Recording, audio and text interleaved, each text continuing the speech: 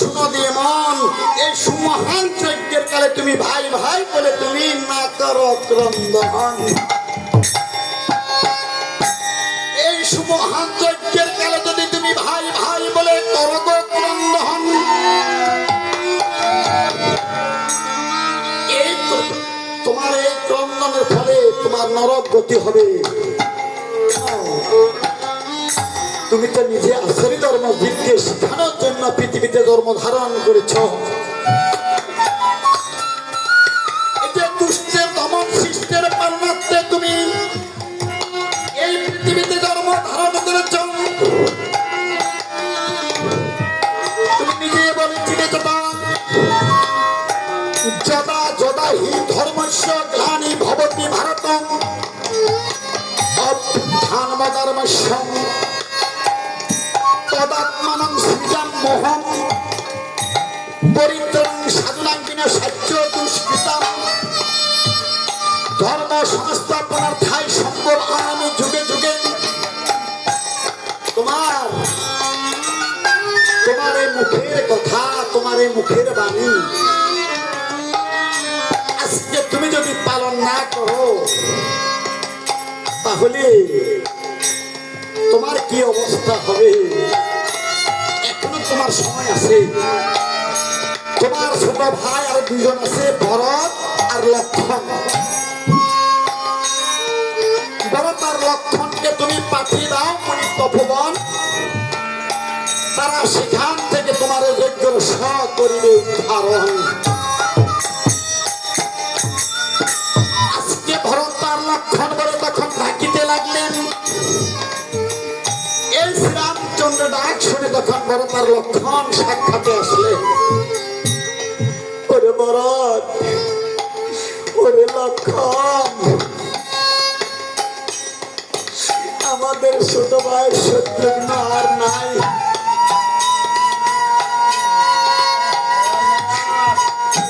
কি বলছেন দাদা?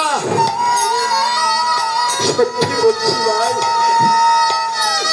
প্রমিতে প্রমিতে অংশের ওই দক্ষিণ দেশে জমান,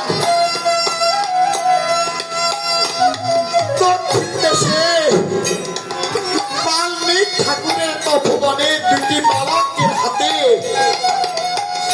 আমাদের এই ছোট ভাই নিধন হয়ে গিয়েছে।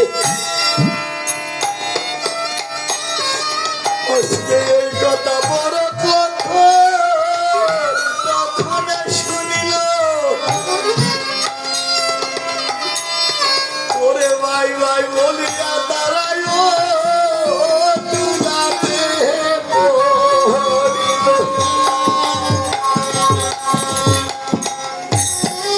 কিছুক্ষণ পরে ভরত বীর লক্ষণকে বলছেন, ওরে লক্ষণ শুনো দিয়ে মন, বিলম্বের নাহি প্রয়োজন, সর্বায় একবারে শেষ করিব শয়তান ধুদায়ের জীবন। আজকে ভরতের লক্ষণ অমনি গণনা করিলেন। পথের মধ্যে তখন অমঙ্গল দেখলেন। কিছু দূর যখন গেলেন দেখলেন বামে সর্প, এই যে দক্ষিণ পাশে শ্রীগাল, বাম পাশে যাত্রাকালে সর্প দেখিলে, দক্ষিণ পাশে শ্রীগাল দেখিলে অমঙ্গল হয়। আর তা দেখিও ধুইবাই তখন অমনি গমন করিলেন। আর কিছু দূর গিয়ে তখন দেখলেন এই যে মাথার উপর ভেসাল প্রিয় প্রিয় করে ডাকতে লাগলেন। যাত্রাকালে মাথার উপর পেশায় ডাকলে তাও অমঙ্গল হয়। এই অমঙ্গল দর্শন করে তারা বিবাহ আমার গমন করিলেন। আর কিছু দূর গিয়ে দেখলেন গোয়ালিয়ার দড়ির শিক্ষা এই যে ভেঙে মাটিতে পড়িলেন।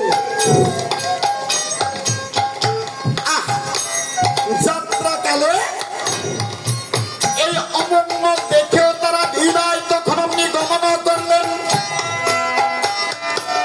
আর কিছু দূর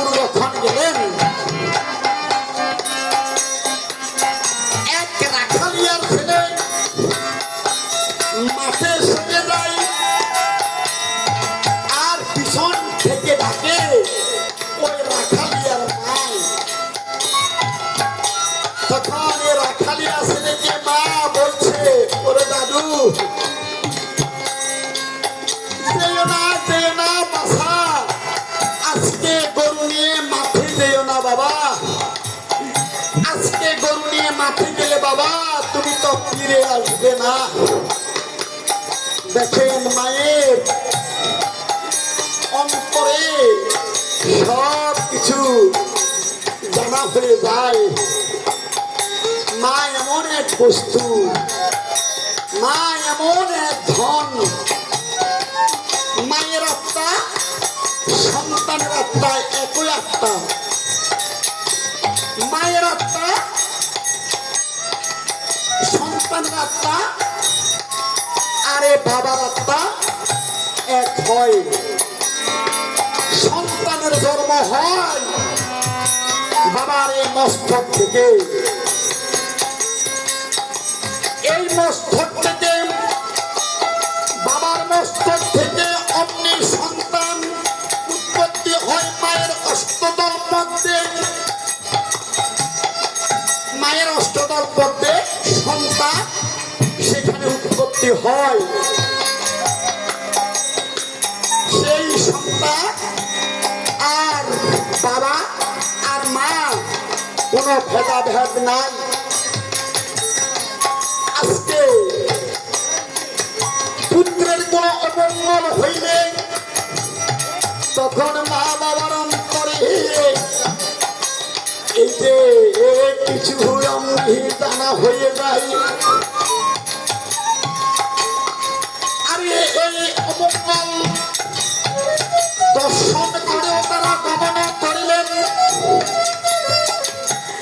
আর ওই মুনি তপবনে গিয়ে সেইখানে দর্শন দিলেন। আমার ছোট ভাই শত্রুঘ্নের এই যে মৃতদেহ এইখানে পড়ে আছে, এইখানে পড়ে আছে আমার সন্তানের মৃতদেহ। ওরে ওরে ভাই, তুই কোথায় চলে গেলি ভাই? একবার দাদা বলে ডাকে ভাই, একবার ভাই বলে ডাক।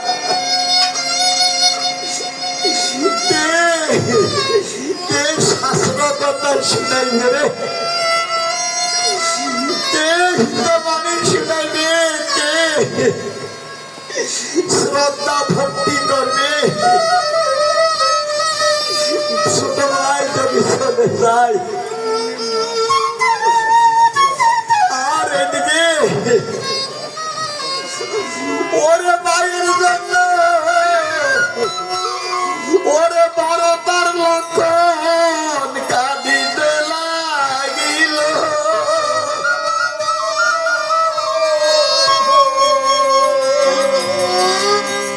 আর এইদিকে বড় দলের লক্ষণ রে ভাইয়ের প্রতিশোধ নেব। ওরে লক্ষণ বিলম্বের নাহি প্রয়োজন, সর্দায় একবারে শেষ করিব শয়তান ভাইয়ের জীবন। তখন লক্ষণ বললেন দাদা গো,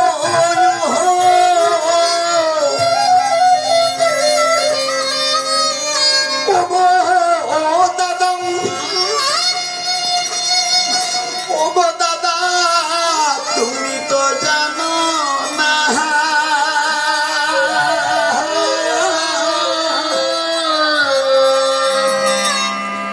ওরে তুমি